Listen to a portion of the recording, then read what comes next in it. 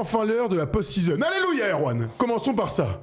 Je n'en pouvais plus, ça faisait 3 semaines, j'en pouvais plus. Eh bien écoute, on a le début du bracket, puisque cette semaine, vous le savez, il y a les différents matchs de play-in, et puis samedi prochain commencera le premier tour du play-off, conférence Est et Ouest. C'est le meilleur moment de l'année, on est ravis, il fait beau. Voilà, ça c'est le basket qu'on aime. Ah, c'est le basket qu'on aime, puis surtout il y a... Combien de fois on a dit dans les émissions, on a hâte des playoffs, on veut voir ces confrontations, donc là on peut même se projeter déjà sur les potentielles demi-finales et finales de conf. Vas-y, il est temps que ça commence. On a vu plein d'équipes construire, gagner, se créer une nouvelle dynamique dans cette saison régulière, se créer un nouveau statut aussi. On pense aux Spurs, on pense aux Pistons. Il y a plein d'équipes qu'on attendait un peu plus haut, mais où on se dit, on va attendre de voir en playoff. Enfin voilà, vous avez compris de qui on parle. On a besoin que ces playoffs commencent, et puis on va voir si finalement les belles promesses pour certains de saison régulière vont tenir en playoff, ou si certains vont nous surprendre en playoff. Écoute, il y aura de tout, attention, comme d'hab. Absolument. Ce qui est bien, c'est que il y avait encore des enjeux ici ou là. Tu te souviens, les Lakers, Denver, qui allaient finir 6e, qui allaient finir 7e. On a vu les Hawks se mettre complètement au repos de manière complètement inexplicable. Il y a plein de petites choses à raconter. Il y a Orlando qui va perdre contre 3 joueurs avec un Sherman à 30 points. Il s'est passé des trucs tellement improbables hier soir. Ils perdent contre les minimes France des Celtics. Les Celtics. C'est terrible. Bref, je vous propose d'ouvrir enfin nos brackets. Enfin, le bracket plutôt, puisque c'est le moment le plus attendu. C'est mieux. Pour l'antenne, c'est mieux. Oui, absolument. Si vous êtes en podcast, vous avez vu le bracket de toute manière, donc on va prendre le temps. On va commencer à l'Est, vous le savez toujours. Historiquement, l'Est est la conférence en première heure. Donc regardez, à droite, Détroit est premier, ça on le savait. Les Celtics deuxième, ok, très bien. On a les 2 premières séries Erwan, et on y reviendra plutôt jeudi, bien sûr. Bien sûr. Cleveland, Toronto, 4 et 5. Et Knicks et Erwan vont affronter Atlanta, qui a l'air d'avoir fait un choix, voulait affronter les Knicks, à surprise générale. Écoute, choix délibéré, j'ai l'impression. Écoute, on verra, surtout que la dernière opposition entre les deux, New York est allé gagner à Atlanta. Donc, écoute, on essaiera de comprendre le pourquoi du comment jeudi, puis s'ils ont vraiment fait le bon choix. Mais c'est vrai que c'est assez curieux. C'est curieux, mais ce sera donc une rivalité des dernières années, une des petites rivalités de la conférence Est. Il n'y a plus Trae Young, mais ce sera quand même très intéressant. Alors, ce qui va nous intéresser donc, ce sont les futurs adversaires des Pistons à la première place et des Boston Celtics. 2 équipes qui, en cumulé, devraient gagner un match ou 2, disons-le clairement. Voilà. Bon. En même temps, ça commence demain soir, mardi soir. Et le premier match, c'est entre Charlotte et Miami. Le deuxième match, ce sera mercredi soir entre Philadelphie et Orlando. C'est un bon game. Je te propose de commencer avec les cotes Erwan sur Winners. Ce sera toujours notre point de départ pour ces matchs. Le premier game, donc, c'est entre Charlotte et Miami. Sur le papier, j'ai envie de te dire, plutôt intéressant. Regarde, Charlotte favori à domicile pour se qualifier pour une éventuelle 8e place. Regarde ça, 1,44 et Miami est à 2,75. On prend le temps d'en parler un petit peu, Erwan. Qu'est-ce que tu en penses ? Charlotte a l'air quand même de jouer favori là-dedans. Ah oui, Charlotte a l'air d'être favori dans les chiffres. On l'a vu avec cette cote winner à 1,44, mais même dans le basket proposé, dans la saison produite par les Hornets, par rapport à celle de Miami, il n'y a pas photo. Et puis moi je l'ai déjà dit, on reviendra un petit peu après sur les Hornets. Aujourd'hui j'ai envie que Miami n'aille pas en play-off, que Miami pour marquer le coup un peu, tu veux dire. Voilà, que le front office se dise, bon, cette saison elle est ratée, il nous manque beaucoup trop de choses aujourd'hui. On a encore un bon coach qui est pas jeune, qui est pas vieux, pardon. Eric Spoelstra, c'est pas un vieux coach, c'est quelqu'un qui a beaucoup d'idées, mais au bout d'un moment c'est pas non plus, encore une fois, un mec, si chaque saison il doit se réinventer avec un style de jeu parce que tu lui mets des effectifs qui ressemblent de moins en moins à quelque chose. Donc peut-être qu'on peut se dire à Miami, jadis on a su bien bosser et trouver des joueurs et attirer des stars. Donc voilà, j'espère qu'ils vont se remettre un peu à bosser. Donc je ne veux pas voir Miami vraiment aller en play-off. Et puis voilà, après on fera le point sur Miami, mais l'invention de joueurs systématiques, au bout d'un moment, Bam Adebayo, Tellereo, il faut un peu les entourer de joueurs un peu supérieurs. Les inventions de mecs, des Lituaniens, des Suédois, on vous aime bien, bravo à eux. Mais bon, la NBA, c'est quand même autre chose. Il faut des joueurs un peu plus affirmés. Et de l'autre côté, Charlotte, c'est l'une des belles surprises de la saison. Il n'y a pas photo. Moi, je le dis très honnêtement, Charlotte, quel que soit le moyen, etc., s'il ne se qualifie pas en play-off, ce sera, alors je ne vais pas dire un coup d'arrêt, on ne va pas dire des trucs comme ça, un échec et tout, mais je veux les voir en play-off. C'est une équipe qui doit se récompenser en allant en play-off. Je serais très déçu de ne pas voir Charlotte en play-off, parce que déjà, c'est mon petit kiff, j'ai envie de les voir. Et puis même eux, avec la saison qu'ils font, ils se doivent là de marquer le coup. La dernière fois, les Hornets sont allés en play-in, ils l'ont complètement vendangé. Ils ont complètement vendangé leurs 2 derniers play-in. Là, j'aimerais bien qu'ils valident ça, qu'ils aillent en play-off et puis qu'on les voit dans un contexte un peu différent. Cette jeune équipe qui est plutôt bien coachée par Charles Lee, avec des Français, avec potentiellement un mec qui peut être Roy, la Melo Ball dans un contexte de play-off aussi. Il y a plein de choses. Il y a plein de choses à voir. Donc non, moi je pense, comme Winamax, que les Hornets sont favoris. Il ne faut pas qu'ils déconnent. Et je te dis, Miami, je te l'ai dit, moi honnêtement, Miami, cette année, à part les 3 premières semaines où ils ont joué un petit peu sur du run and gun, il y a eu 0 kiff. La dernière fois que les Hornets sont allés en playoff, c'était en 2015-2016. C'était la première année de Nico aux Hornets. D'ailleurs, vous vous souvenez, il avait prolongé dans la foulée parce que avec Kemba Walker, etc., il y avait quelque chose qui avait l'air de se créer là-bas. C'était quand même il y a 10 ans. Ils ont célébré d'ailleurs leurs 10 ans cette saison sans playoff. Donc objectif, assuré, assumé. Il y a 2 matchs à gagner quand même. Hein. Donc un match à domicile le premier. Et ensuite, il faudra gagner pour le deuxième à l'extérieur pour se qualifier. Écoute, on a notre premier auditeur qui nous a appelé et qui a envie de parler de ce Miami-Charlotte. Ça tombe bien, on prend le temps d'en discuter tous ensemble. Comme d'hab, on est en direct, on se régale. Comment s'appelle-t-il, notre ami ? Salut, ça va, tu vas bien ? Ça va et toi ? Ouais, impeccable. Comment t'appelles-tu, cher ami ? Stéphane Berardo, on se connaît, non ? Ah, c'est le Steph. Tu vas bien ? Ça va et vous ? Ouais, impeccable. Tout va bien, merci, tout va bien. Bon alors, Charlotte, grand favori face à Miami, t'es d'accord avec ça ? Oui, Miami, une fois que tu as sorti les 83 points de bas, mais il n'y a rien à sortir de leur saison. C'est déjà un miracle qu'ils soient déjà là, je trouve. Et sur Charlotte, non, moi, c'est l'évolution de leur jeu, les pièces qui se sont mises avec Lamelo qui a fait une progression qui, pour moi, était... c'est inattendu, quoi. À ce point-là, c'est inattendu la progression de la Melo Ball et d'ailleurs, comment tu l'expliques toi justement cette progression dont tu nous parles ?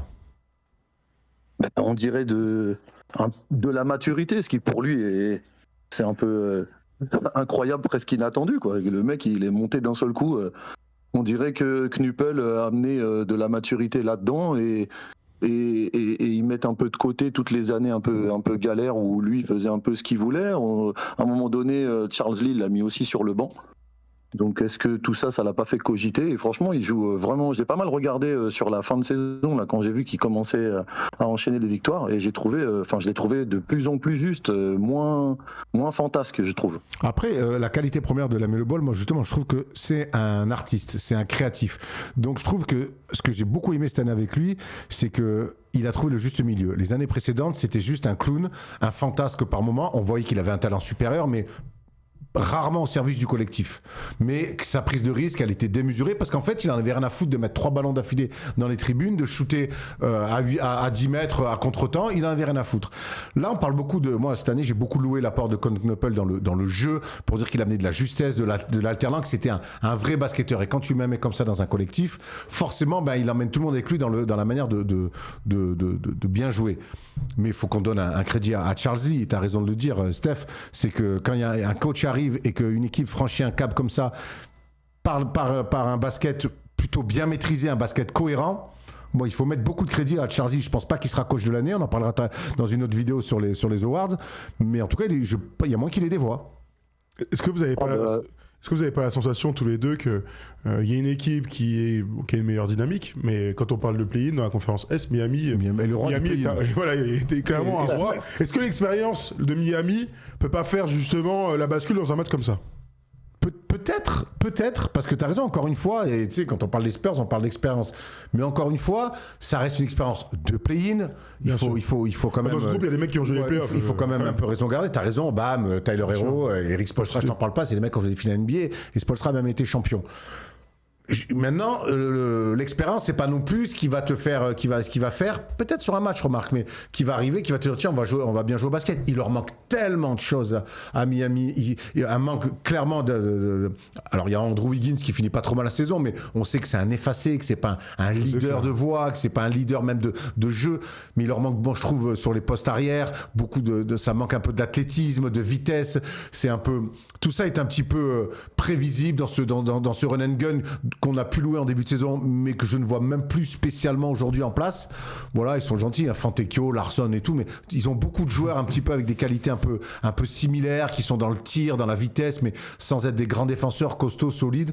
Donc finalement, c'est une équipe assez prévisible, quoi. Et du coup, c'est des mecs comme Bam Adebayo et Tyler Herro qui se retrouvent à devoir faire des choses de joueurs qui, à mes yeux, ils ne sont pas. C'est des très bons joueurs. Vraiment des très bons joueurs, mais là on leur demande d'être des mecs qui sont peut-être pas, ou en tout cas ça les fait surjouer, si on doit un peu pondérer. T'en dis quoi, Steph ? Moi, tu vois, je suis complètement d'accord avec toi, justement. Je trouve que en fait, c'est sur plusieurs points.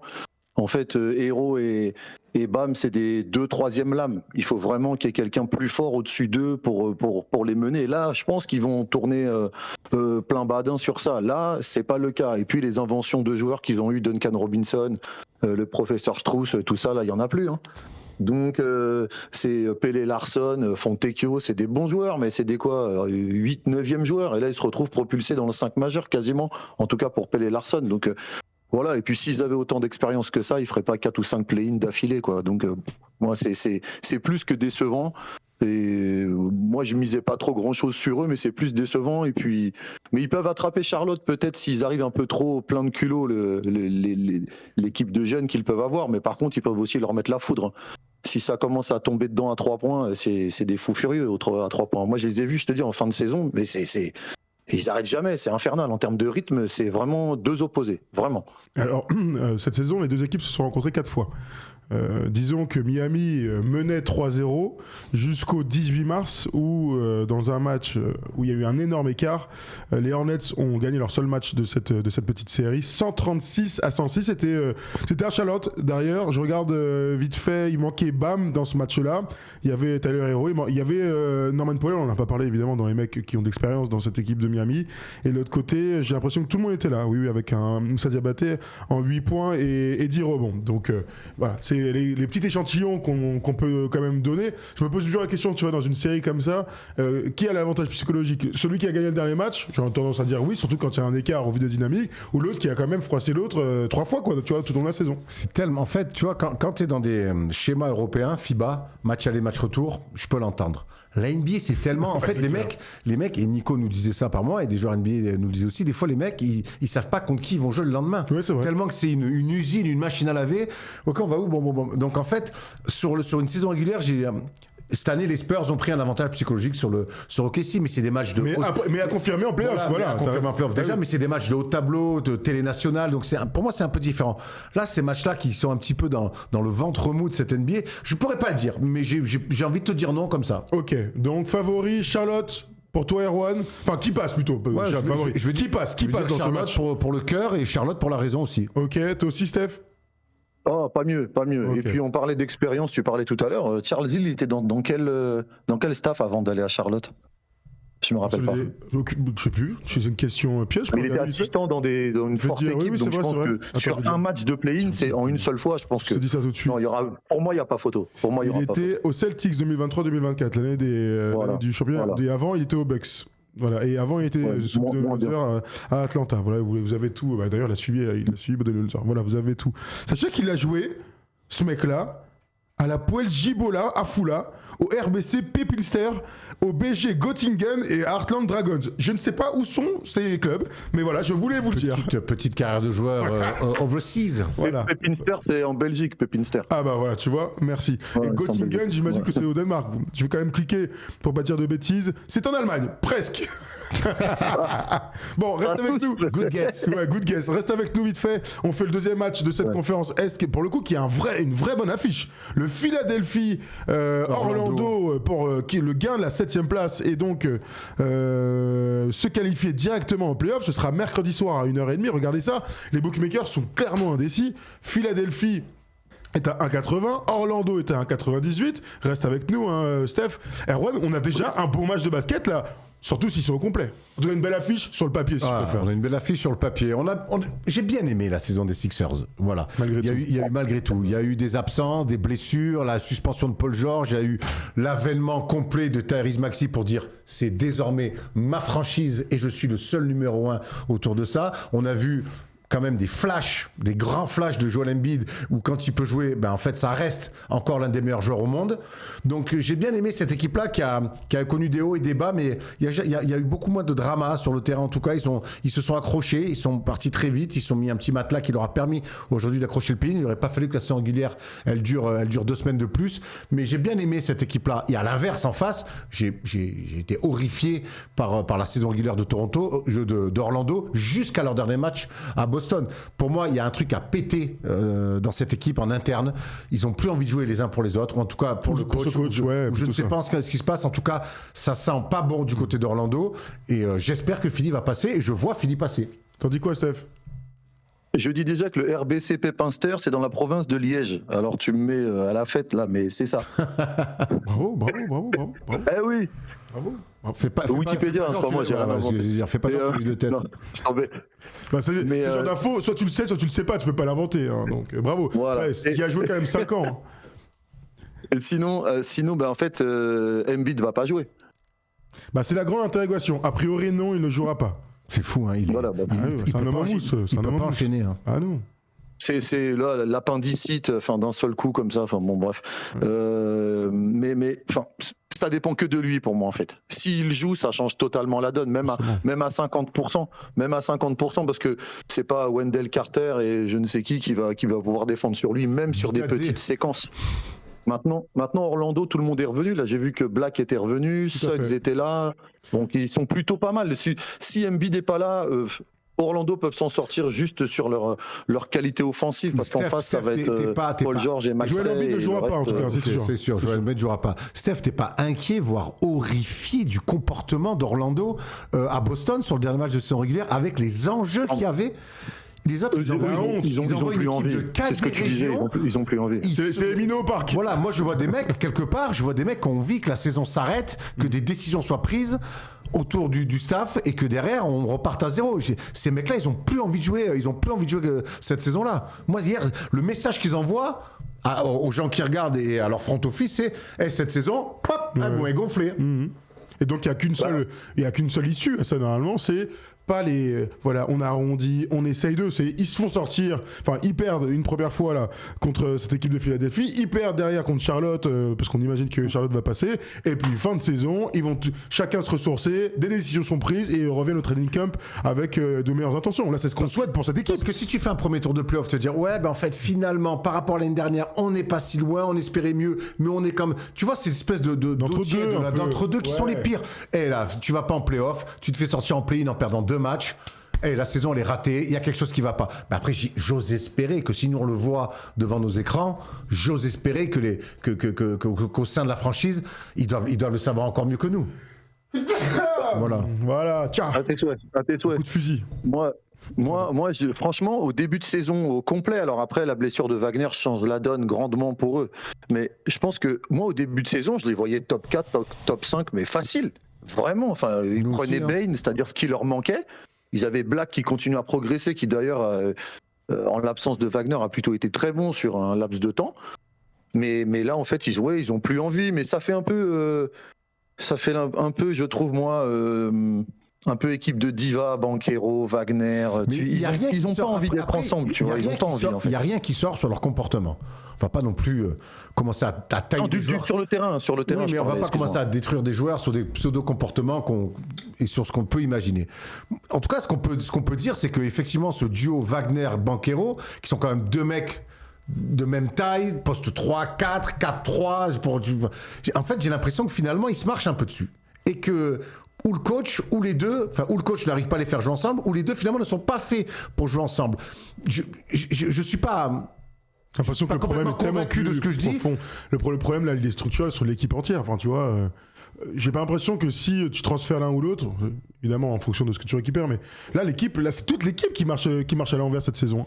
Parce que la progression était réelle avant, jusque-là. Et ils étaient là tous les deux. Oui, alors il y avait évidemment eu une blessure. C'est ce que je te dis. Début de cycle. Moi je crois surtout qu'ils sont face à une limite, celle de leur coach. C'est-à-dire que peut-être que l'année prochaine, avec un nouveau coach qui a des idées, on pourra se dire la même chose. Mais là, ils sont arrivés. Là, ils jouent trop mal au basket, les mecs. Ils jouent juste trop mal au basket et ils ont arrêté de défendre. Donc ça fait quand même deux gros problèmes. On a bien aimé Anthony Black.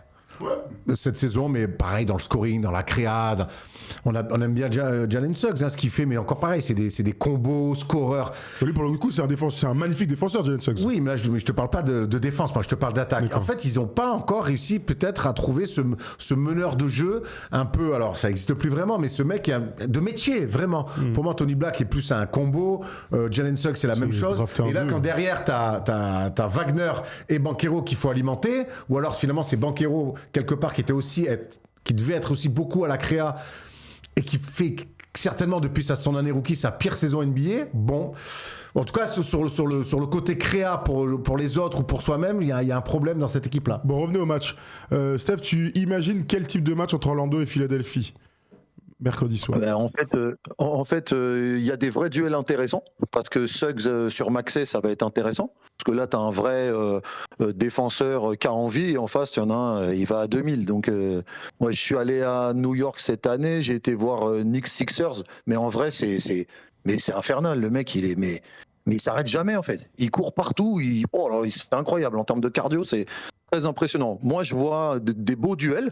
Parce que Paul George avec Banchero, ça va être des trucs, même si c'est pas trop les mêmes physiques, mais je pense que sur ses qualités défensives, Paul George il peut défendre sur Banchero. Donc il y a des vrais duels intéressants. Pour moi, vraiment, moi je vois passer Orlando si Embiid joue pas. Et comme ça va plutôt dans le sens où il joue pas, moi je vois passer Orlando malgré tout. Intéressant, tu dis quoi toi? Moi je vois Philadelphie passer parce que Philadelphie finalement déjà Paul George a un niveau exceptionnel depuis qu'il est revenu de sa suspension. Moi je pense que c'est une équipe qui court, qui a de l'envie, qui a envie de jouer en fait les uns avec les autres. Moi je te dis Orlando pour moi ça fait des semaines que ça a pété. Le dernier match à Boston pour moi est une parodie. Donc est-ce qu'ils vont se resserrer le temps d'un play-in pour accrocher une place en play-off? J'ai beaucoup de mal à y croire. Beaucoup de mal à y croire. Donc moi je mets Philly parce que j'ai envie de voir Philly déjà et je pense que Philly, ne serait-ce que sur l'enthousiasme sur la course, ils peuvent le prendre. Bon, vous en faites ce que vous voulez, mais il y a eu 3 matchs entre ces deux équipes. Orlando, on en a gagné 2. Bon, le dernier match c'était le 10 janvier, donc c'était il y a très longtemps, une éternité. Donc voilà. Bon, écoute, victoire donc pour Orlando pour Stéphane, victoire de Philadelphie. Et moi j'avoue que je suis très indécis. Tout à l'heure, je le disais, pour moi, c'est une bonne affiche. J'espère voir un bon match de basket. Ouais. Tu vois, il y a des restats sur le terrain, il y a du talent. J'espère voir un match serré. Des mecs qui font un match en étant concernés dans les deux équipes. Et dans ce cas-là, on peut avoir un match, j'imagine aussi, disons-le, pour la team parieur, là, faut envoyer 250 points dans le match. Ça va faire 120-125. Il y a des mecs qui courent, qui shootent. Orlando veut plus défendre. Alors, donc en fait, ils sont que dans des matchs d'attaque. Hier encore à Boston, ils sont encore dans un grand match. Donc j'espère voir un match à 120, type conférence Ouest avec un money time et pourquoi pas un tir clutch. Ces matchs quand même coup près nous donnent toujours des money time très sympas. Bon, je vous dis juste le résultat du sondage que j'ai mis tout à l'heure là. Philadelphie 79% vainqueur du match face à Orlando sur YouTube et je vous dis la même chose pour Twitch. Sur Twitch, vous dites Philly. Et ben voilà, tu vois. Twitch dit Philly, Orlando c'est plutôt... non, c'est Philly pour les deux, pardon. C'est Philly pour les deux, je ne dis pas de bêtises. Très bien. Merci Stéphane. Merci Steph. Merci à vous les gars, ça m'a fait plaisir comme d'habitude. Ciao poto. Merci. Bonne soirée, portez-vous bien. Merci beaucoup. Merci. Regardons une nouvelle fois le bracket, s'il vous plaît, pour refaire un petit point. Je le disais tout à l'heure, mais les séries, on en reparlera bien sûr sur les 4 et 5 et 3 et 6 jeudi dans le First Day Show. On prendra le temps d'en discuter. Détroit donc attend son opposant, le 8e de la conférence Est, et pareil pour Boston, le 7e de la conférence Est. Allons à l'Ouest maintenant, Erwan. Le petit point d'abord. OKC donc conforte sa première place, ça fait une nouvelle année où ils sont premiers, les Spurs sont donc deuxièmes, ils attendent tous les deux leurs adversaires.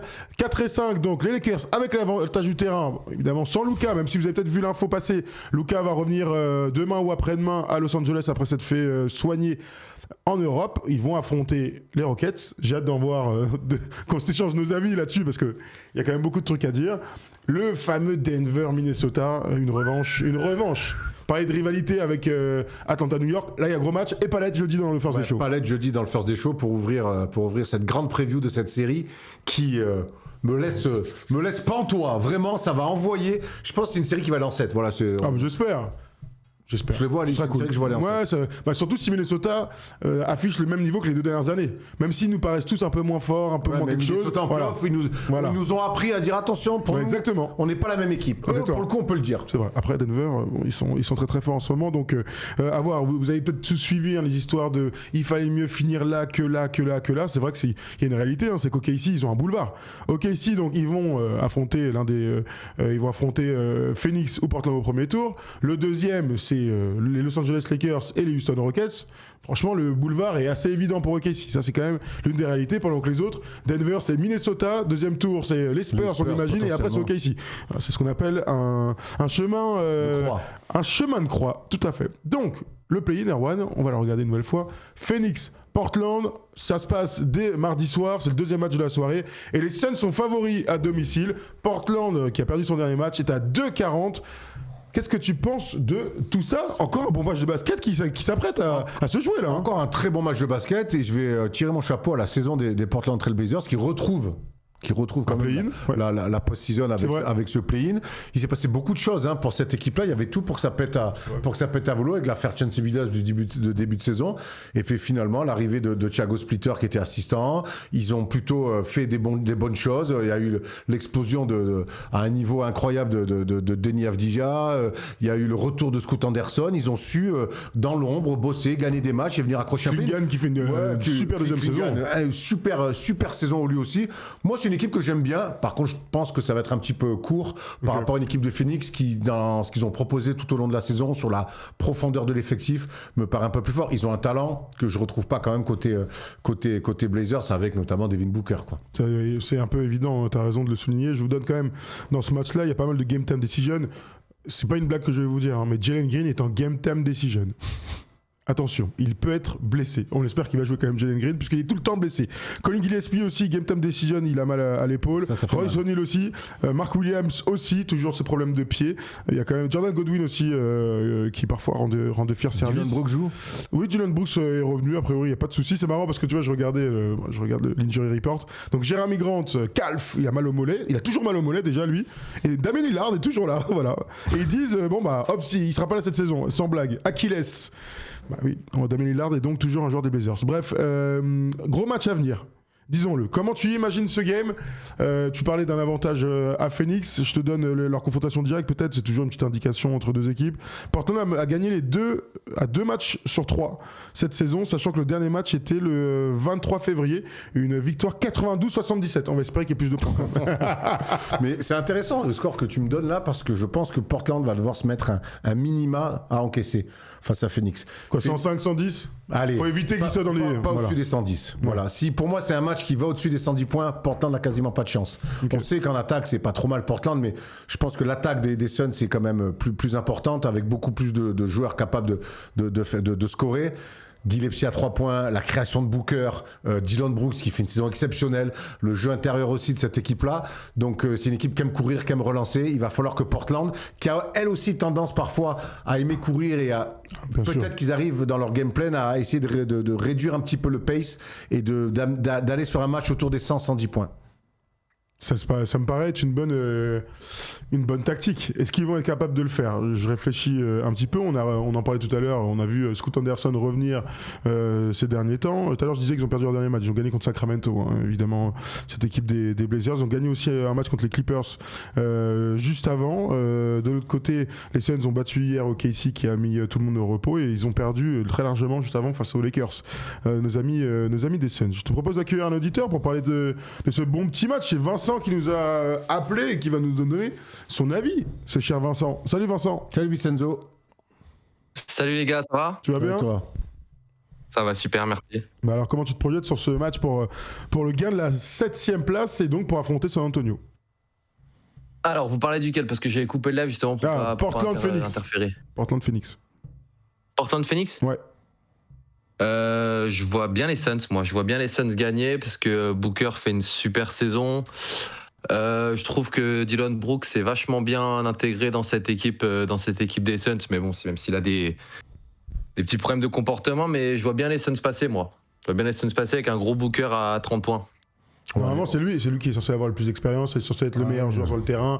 Enfin, on connaît tous ces trucs-là. Après, en face, il y a des mecs pour s'opposer aussi, mine de rien, tu vois. Donc, c'est...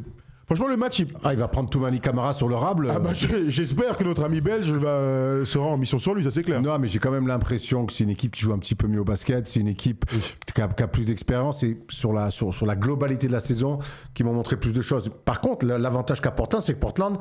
Eux, pour le coup, ils peuvent dire leur saison elle est réussie. On sait qu'ils sont dans un entre-deux aussi. Qu'est-ce qu'ils vont faire ? Reconstruire, pas reconstruire, comment, avec qui ? Donc il va se passer certainement des choses cet été. On ne sait même pas si il a re-signé ou pas, Thiago Splitter. Non, il y avait un doute. Voilà, on ne sait pas si repartir la saison prochaine. Pour moi, la saison des Blazers, en tout cas, les joueurs et les coachs, ils peuvent dire nous, on a réussi notre saison. Quoi qu'il arrive, les gars, c'est cadeau. Et ça... C'est jamais facile, parce que mine de rien, on aime beaucoup Phoenix, qui est redescendu un petit peu dans la hiérarchie de la conférence Ouest, mais on a aimé Holt, le nouveau coach qui arrive, qui a mis des choses. On a aimé la saison de Booker, le leadership, Dylan Brooks qui devient un joueur limite All-Star. On a aimé, c'est Mark Williams qui est un peu revanchard par rapport à son... On a aimé tout ça. Maintenant, si Phoenix se fait sortir en play-in, Vilain. Alors pour l'instant, il y aura un deuxième match quand il arrive. Le perdant affrontera les Clippers sur les Warriors. Mais bon, il y aura danger derrière. Hein. Mais bon, c'est à Phoenix quand même, tu vois. Là, Ouais, bien sûr, mais de toute façon, vous avez vu les cotes. Hein. Phoenix est favori, il n'y a pas de doute. Au vu du jeu proposé, il y a eu des blessures cette saison, il continue à bien jouer au basket. Il y a eu une victoire un peu statement. Je me souviens d'une victoire face aux Lakers, tout le monde en avait parlé alors que Devin Booker n'était pas là. Colin Gillespie, il fait une saison juste exceptionnelle, le mec. Ils ont retrouvé en fait de la sérénité et un bon fond de jeu. Et t'as raison de souligner que Jordan Hott, là-dedans, a une énorme part de responsabilité. C'est une équipe qui a retrouvé le sourire après KD, après toutes ces conneries-là. Donc, et évidemment, D'Andre était ça plus longtemps, mais plutôt Bradley Bill. Terrible Bradley Bill. Non, mais ces dernières années, il y avait de quoi faire la gueule. Il faut faire la NBA derrière. Franchement, t'es fan des Suns avec ce que depuis la dernière finale NBA avec Chris Paul et Devin Booker, il y a moyen quand même de tirer grave la gueule. Bien sûr. Avec des comportements, des choix, un changement de propriétaire. Enfin, là, je pense que tu as raison, ils ont retrouvé le sourire, mais il n'empêche que si tu perds à domicile ce match de play-in, c'est un peu vilain. Ouais, c'est vilain. Sachant que le deuxième match sera encore une fois à domicile. Oui, mais bon. Sur la mesure, mais c'est une précision que je donne. Tu veux rajouter un truc, Vincent, peut-être? Après, je pense que les Blazers, c'est une équipe qui va. Pour moi, si tu enlèves Jrue Holiday, c'est une équipe qui manque un peu d'expérience pour ce genre de match. Je sais pas ce que vous en pensez. Je sais pas si Erwan est d'accord, mais je pense que c'est une équipe qui manque de matériel en termes d'expérience pour pouvoir exister dans ces matchs-là qu'on connaît. Hein. Ben, de facto, de toute façon, ils vont manquer d'expérience. Là, je pense que ce soit Avdia, Scoot Anderson, Kligan, Toumani Camara. Enfin, il y a 80% de l'équipe qui va découvrir Shannon Sharp. Je pense, oui, 80% de l'équipe qui va découvrir les playoffs. Alors oui, Jrue Holiday a quand même une expérience assez incroyable avec ses 2 titres NBA. Mais bon, est-ce que ça va suffire? Donc oui, donc moi c'est pour ça que je vais sur Phoenix. Mais attention à cette équipe-là qui a l'air plutôt de kiffer jouer ensemble et qui va arriver sans pression pour moi du côté de Phoenix. En tout cas, ce qui est sûr, c'est que tu vois, plus on en parle, en fait, plus je suis indécis. Assez naturellement, tu vois, on se dit Portland, ils sont contents d'être là entre guillemets. Le fait que Phoenix soit à domicile, je veux dire les Suns. Mais plus on en discute, en fait, plus je me rends compte que c'est plus sérieux que ce qu'on imagine. Hein. Ah mais moi je vois pas un match où il y a 30 points d'écart. Hein. Non mais c'est pas ce que je dis. Il y aura pas 30 points, enfin 30 points, on sait jamais dans le basket. Mais moi je me disais, allez, j'aurais dit Phoenix de 10, de 12. Là plus ça va, plus je me dis en fait il va y avoir un money time et Portland il y a aucune. Alors, je les imagine pas du tout passer à côté de ce match. Ok. Donc dans ce cas-là, c'est beaucoup plus difficile d'imaginer un vainqueur. Je sais pas mis de sondage, je vous mets un petit sondage vite fait parce que vous avez commencé à dire Phoenix tous les deux. Et j'ai besoin de savoir ce que dit le chat. S'il y a des gens qui sentent Portland, appelez-nous, hein, ça m'intéresse. Hein. Tiens, attends, je vous mets un sondage tout de suite. C'est pas fait du tout. Non, c'est jamais fait, sinon c'est trop facile. Qui gagne? Attends, je vous mets Portland et je vous mets cette belle équipe de Phoenix. Allez-y, répondez tout de suite, comme ça on va avoir une tendance de ce que vous imaginez pour ce match-là. Il y a des mecs que tu veux ressortir, à part les stars dont on vient de parler, il y a peut-être un facteur X dans ce game, peut-être, qui te viendra à l'esprit? Le rythme, hein. Tu parles à moi non, ou... je parle à toi, mais vous pouvez répondre tous les deux, Vincent. Moi, le pace, hein, vraiment je le dis, le pace, il va falloir que Portland gère un peu le pace. C'est une équipe qui aime courir quand même, mais si on joue avec les guides en face, ils ont un contrôle, ils sont meilleurs pour moi sur jeu rapide et transition, donc à ce jeu-là, Phoenix gagnera. T'as un autre truc que tu veux faire ressortir, cher Vincent? Moi, je pense que la bataille va être aussi au rebond. Parce qu'on a 2 gros rebondeurs comme Mark Williams et Klingan, et pour moi c'est important pour les 2 équipes de prendre beaucoup de rebonds, surtout offensifs, parce que c'est des équipes qui marquent pas mal.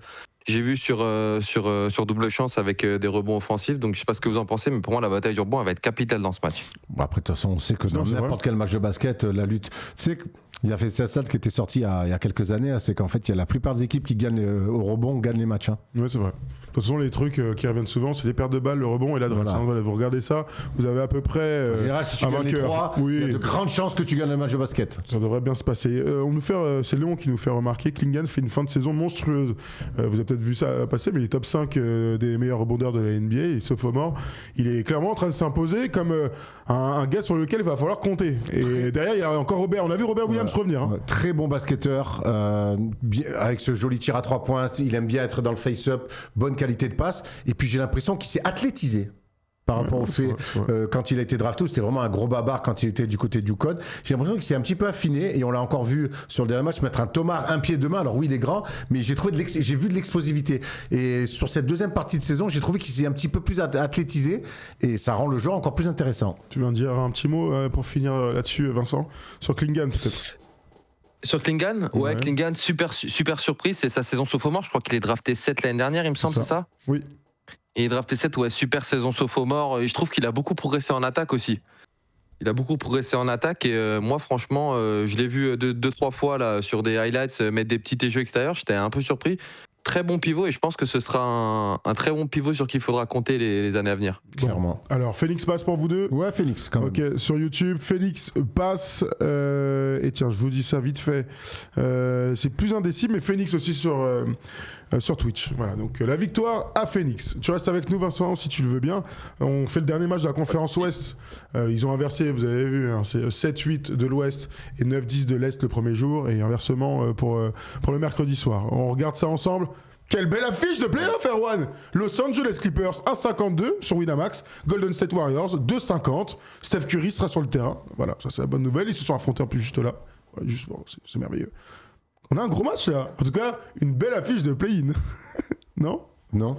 Ah bon? Non, moi les Clippers, je veux les voir en playoff, donc c'est évidemment mes favoris comme la cote Winamax Anis. Moi les Warriors, je veux que leur saison s'arrête et que, au même titre que d'autres équipes, là que cet été, qu'est-ce qu'on fait? Alors oui, il y a des blessés. La blessure de Jimmy Butler a changé beaucoup de choses, entre autres. Celle de Steph aussi. Hein. Celle de Steph aussi. Ils ont signé Porzingis dans l'anonymat le plus total. Mais en fait, les Warriors, on les a connus avec cette équipe fantastique, cette dynastie. Moi aujourd'hui, même si Steph Curry me régalera toujours sur un terrain de basket, moi aujourd'hui, voir les Warriors jouer comme ça, avec cet effectif où... Quand il y a plus d'inventions de joueurs que de bons basketteurs, en fait, c'est où ça m'emmerde.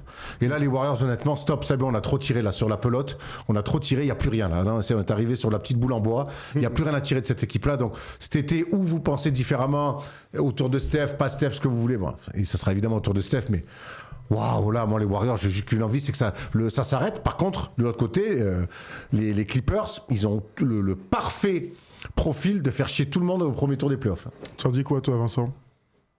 Un peu comme Erwan, je suis assez déçu de cette saison des Warriors. Au bout d'un moment, on peut pas se reposer sur Steph Curry pendant 15 ans.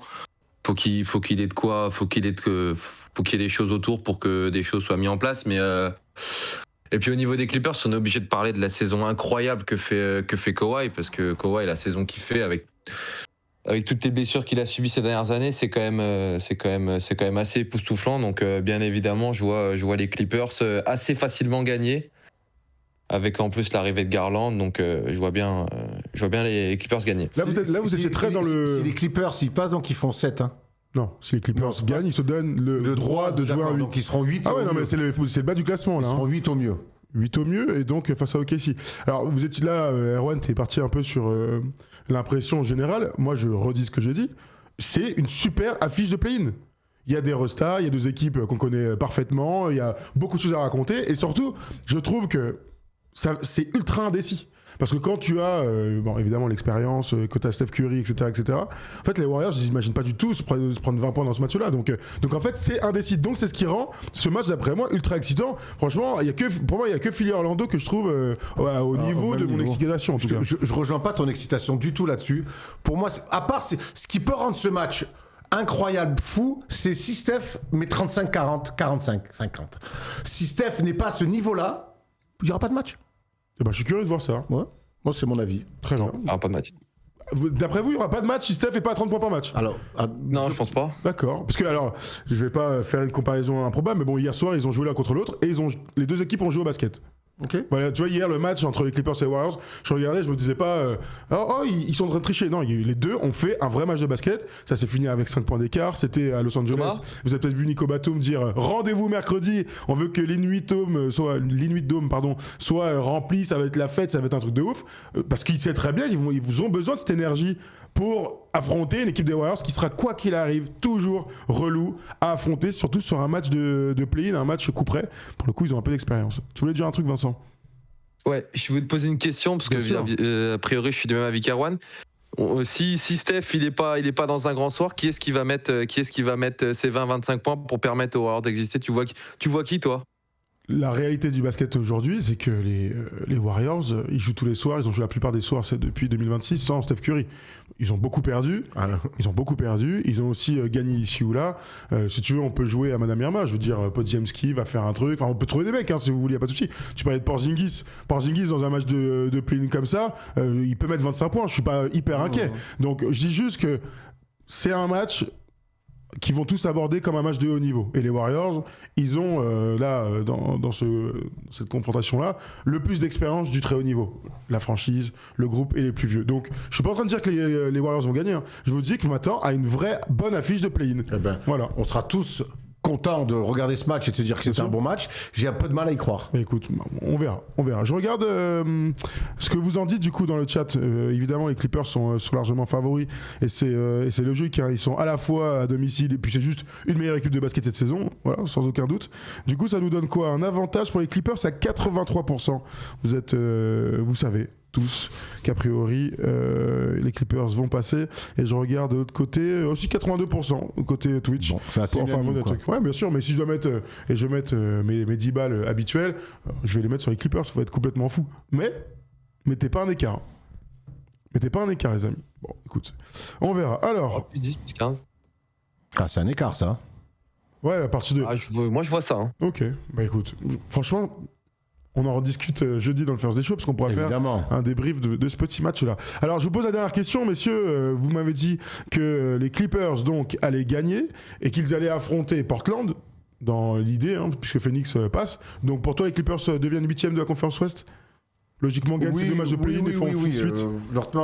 Je pense que si ils font pas un début de saison catastrophique comme ça, ils sont loin ils sont dans le top 6 et il n'y a pas de débat. Donc pour moi, c'est une équipe qui vaut bien mieux qu'un play-in et je pense qu'ils vont le montrer dans ce play-in là sans problème. Ça me paraît aussi plutôt évident. Toi aussi, cher Vincent, Clippers 8e. Dans le cas où il y a Clippers Blazers, je mets les Clippers aussi parce que pour moi, les Clippers, ils ont bien fait de se séparer du poison violent qui est James Harden.